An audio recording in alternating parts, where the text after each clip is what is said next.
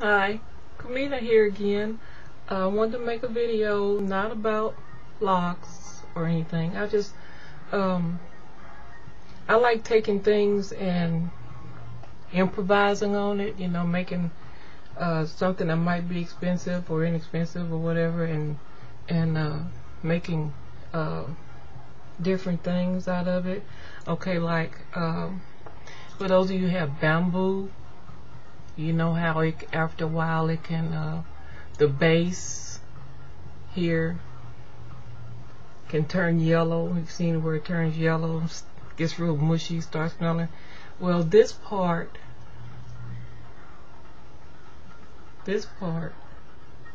right here can be taken off anywhere where it's a joint, where it's joined.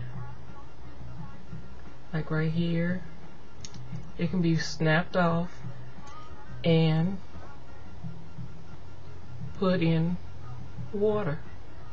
Now these I've had for about 2 years. See, you got the roots on it and everything, and depending on what kind of little container you want to put it in, you can set this around just like the plant. And I always use distilled water in it. I don't use tap water. I just get a gallon of distilled water from Walmart, 78 cents, something like that, and they do real well. So to keep from throwing out the whole plant, like I said, you can just snap it off right at the little, right where it joins, right to the stem. Take it off, peel off the leaves closest to the bottom, peel it off, stick it in water, and it'll root. Because if you leave the bottom leaves in, if you don't peel the bottom leaves off the stem, then they'll rot. They'll make the water stink. So anyway, and something else I like is Zen gardens. Let's see if I can fix this so it comes down a little more. Okay, the Zen gardens, like this one, for instance. If you can see. This one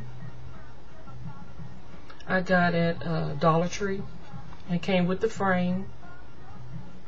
This is not working. The frame and the sand, and you can buy a little bag of rocks for like $1. But I think I paid like, so you can see this. Here we go. I paid like $3 for this, and that's nice for a small one. Some of the larger ones are real expensive. I looked them up online, $30, $40 or some.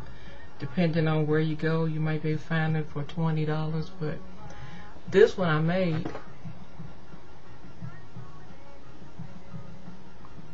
and the only thing this is, the base is, like if you go in Walmart or Home Depot in the plant garden section, the bottom of the clay pot, the rust color clay.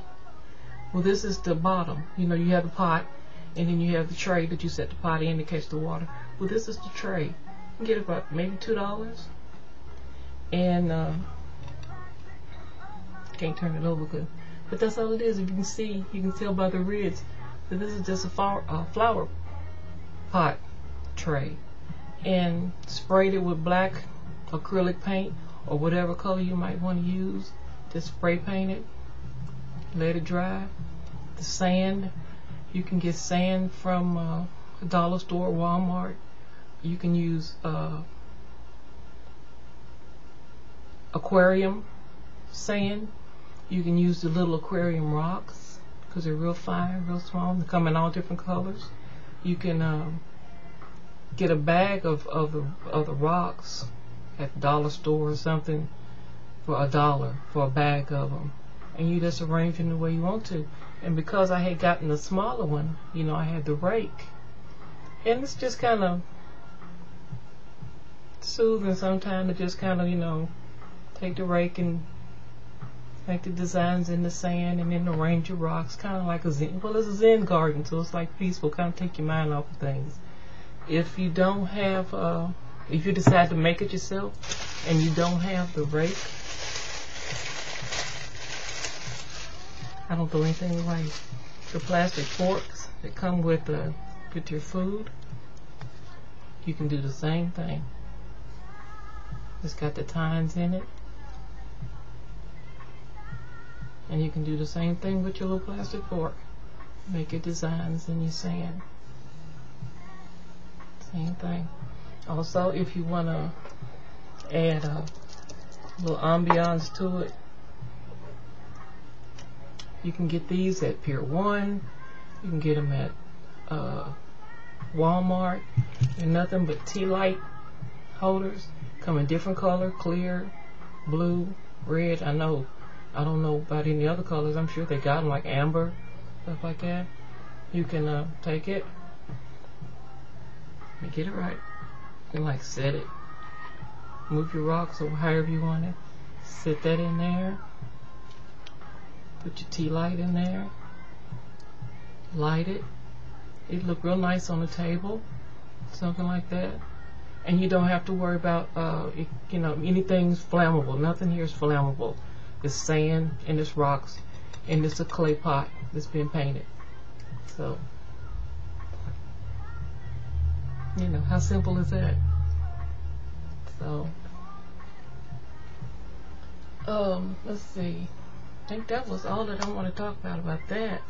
I know that October is Breast Cancer Awareness Month, and I wanted to urge everyone, women and men, be aware of any lumps, any shooting pain, any uncomfortableness in your breast area, because of you just never know. And as far as breast cancer, I don't know if you all are aware of this or not, but it's not just a women's disease. There are men that have gotten breast cancer. Richard Roundtree, for one, Fate Shaft, back in the day, he had breast cancer. He's a breast cancer survivor. Anyone that has breast tissue can get breast cancer. Of course, it's more prominent in women, but men can get it too. The reason I'm speaking on it is because when about 10 years ago, I kept having problems. I find a mass or something in my breasts, or a knot, or get real sore or something, and I would go to the doctor, and because of the density, they would do a mammogram, and they would say, well, it looks like you have cysts. I go to the hospital, they stick a wire in me. Go to the hospital, I'd have a cyst, they remove it.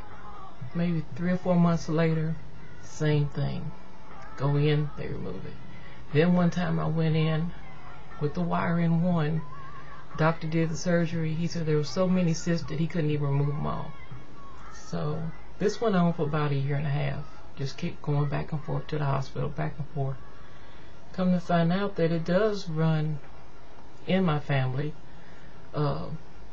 breast cancer, and I didn't even know it. So that's why families need to inform each other of illnesses, of problems that we may have, because you don't know how far down the generation. Because in my family, it's not like my mother or anything like that. It's like my mother's aunt. It's like a generation, and it can just skip around. Well, long story short, I did not have breast cancer, but because of the frequency of the cysts and the masses that were showing up in my breast, I decided I'm tired of this and I don't want to go through it anymore. So I talked to my doctor, and the doctor filled out the paperwork, sent it to my insurance, and they all agreed that because of my past history, because of my family history, and I went in and had a bilateral mastectomy. And it's a shock when you wake up and it's gone, but also the fear is gone. The fear is gone. So I had first said I didn't want implants, that I was just I was done. I was so done. So after the doctor told me think about it.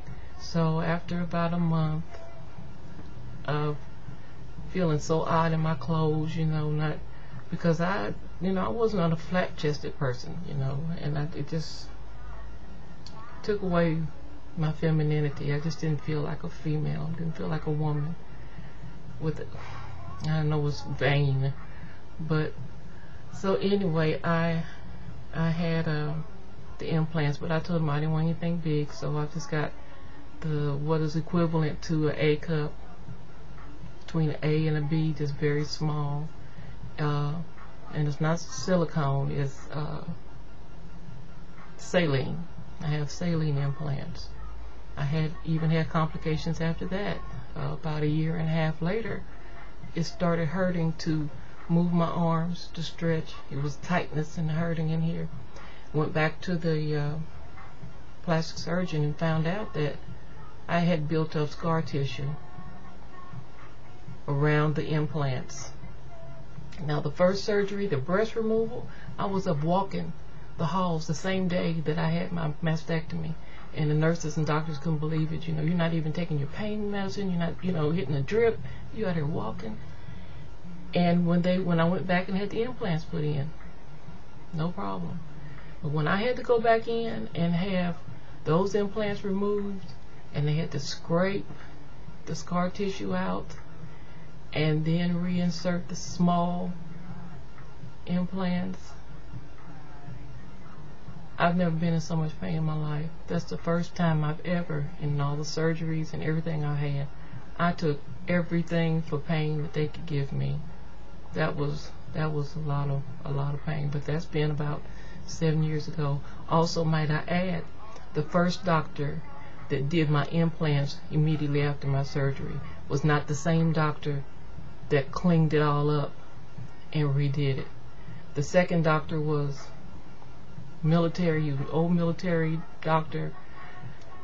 Became very highly recommended. That I missed not being able to talk to him the first time having it done, and I haven't had any problems since.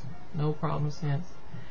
And I just wanted to tell people that, if you get a discomfort or something, get it checked out. Find out what's going on. Men, same thing. It's not anything about, do it in the comfort of your own home.